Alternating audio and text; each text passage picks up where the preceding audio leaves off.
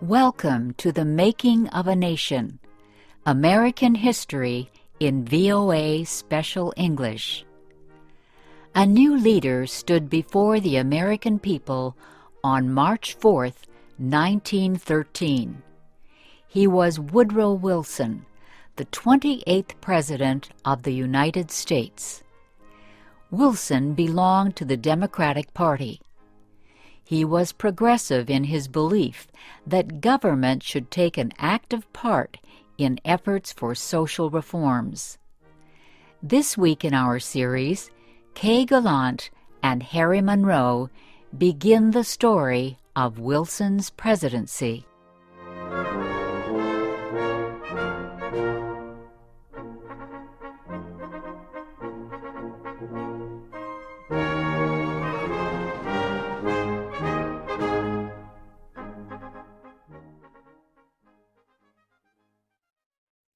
Woodrow Wilson had spent most of his life at Princeton University. First, he was a professor. Then he was university president. Next, Wilson was elected governor of the state of New Jersey. His early success as governor made him a leading candidate for the Democratic presidential nomination in 1912. Wilson traveled widely around the country during the campaign. He made speeches to many groups. He tried to make himself and his ideas known to as many Americans as possible. Wilson called his program the New Freedom. One of his campaign promises was to fight for better conditions for America's small business owners. Such proposals helped him win the Democratic nomination for president. Then he defeated President William Howard Taft and former President Theodore Roosevelt in the election. Woodrow Wilson, the former president of a university, had become the president of a nation. The largest crowd in Washington, D.C.'s history welcomed Wilson outside the Capitol building on the day of his inauguration. He called on the American people to join him in making the country a better place. "Our duty," Wilson said, "is to correct the evil without hurting the good. I call all honest men, all patriotic, all forward-looking men to my side."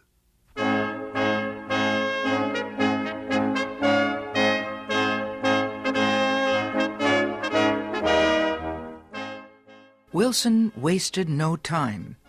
He immediately called a special session of Congress to act on Democratic campaign promises to reduce import taxes or tariffs. Wilson felt strongly about the need to reform these taxes. He broke tradition by leaving the White House to appear before Congress in person to appeal for his tariff proposals. Many members of Congress opposed Wilson's plans, but the new president used the results of a Senate investigation to win the fight. The investigation showed that a number of senators owned companies that depended on high tariffs for their profits. The votes of these senators were influenced by their property holdings. Public knowledge of the situation forced many of them to give up their holdings and stop resisting tariff reform. Congress finally approved Wilson's proposals. Lower tariffs reduced the amount of money taken in by the federal government. So the Senate also approved a tax on income or earnings. A constitutional amendment had been passed earlier to permit such a tax. President Wilson and the Democratic Party were pleased with the new tariff and income tax bills. But they were far from finished. Next, they turned their efforts to reform of the banking industry. For several years, many people had recognized the need for changes in the banking system. The old system of uncontrolled private banks had developed years earlier, before the United States became a major industrial nation. Many people agreed that a more modern system was needed, but they could not agree on details. President Wilson said control of the nation's wealth was held by too few men. He noted a report that said just 2 men controlled 10% of the total wealth of the United States. Wilson said the nation needed a money supply that could be increased or reduced when necessary to correct economic conditions. He said a method was needed to let banks help each other during economic emergencies.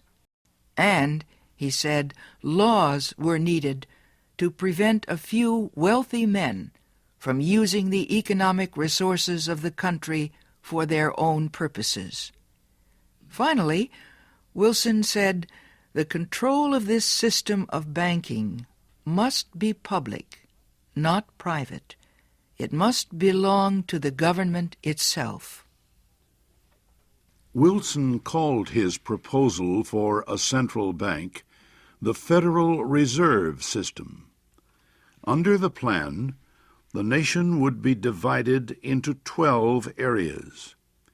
Each area would have its own Federal Reserve Bank. These area banks would not do business with the public. They would serve only as bankers' banks, and they would issue a new form of money supported by the federal government.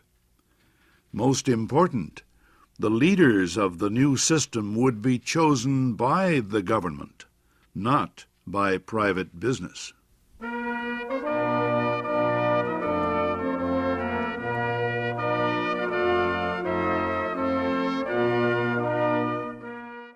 Bankers, business leaders, and their representatives in Congress sharply criticized President Wilson's proposals. They said government control of the banking system was socialism, not capitalism. But Wilson refused to change his proposals, and he helped to lead the fight to make them law.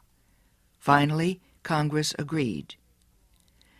It did not take long for bankers to discover that the new system was much better than the old one.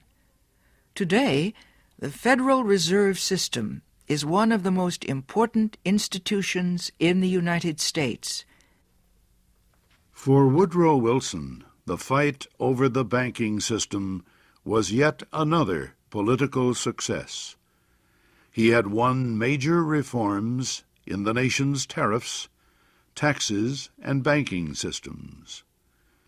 Now he told Congress that new legislation was needed to control the power of monopolies and trusts. These were the giant companies and business alliances that controlled complete industries. Wilson proposed a new antitrust law to control the actions of large companies. His supporters in Congress wrote a bill that listed a number of business activities that no longer would be permitted. For example, no longer could a company set prices that would reduce competition or create a monopoly.